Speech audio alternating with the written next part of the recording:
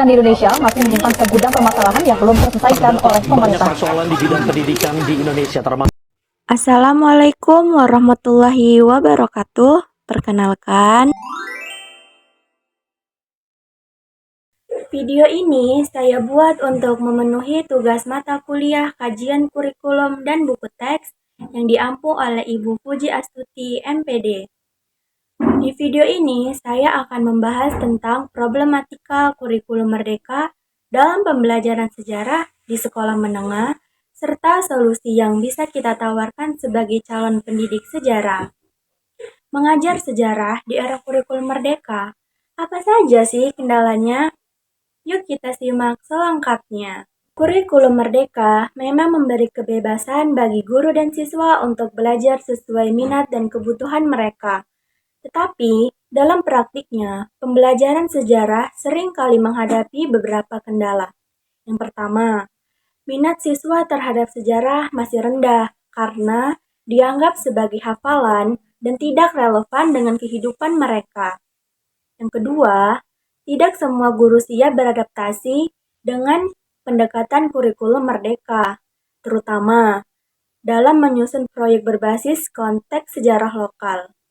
Yang ketiga, keterbatasan sumber belajar dan media digital juga menjadi tantangan karena tidak semua sekolah memiliki fasilitas memadai untuk menerapkan pembelajaran berbasis proyek dan teknologi.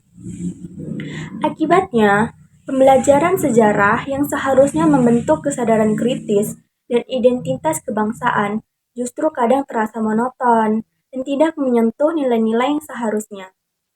Sebagai calon pendidik sejarah, kita punya peran penting untuk menghadirkan pembelajaran sejarah yang hidup dan bermakna. Beberapa solusi yang bisa saya tawarkan diantaranya, pertama, mengaitkan materi sejarah dengan isu-isu kekinian agar siswa merasa dekat dengan pelajaran yang dipelajari. Yang kedua, menggunakan media digital kreatif seperti video pendek, podcast sejarah, atau pameran virtual untuk menarik minat siswa.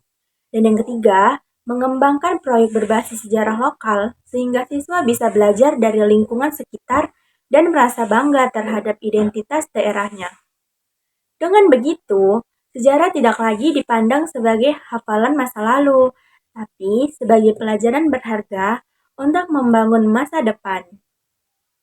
Jadi, kurikulum merdeka memang membawa tantangan, tetapi juga membawa peluang besar bagi kita untuk berinovasi.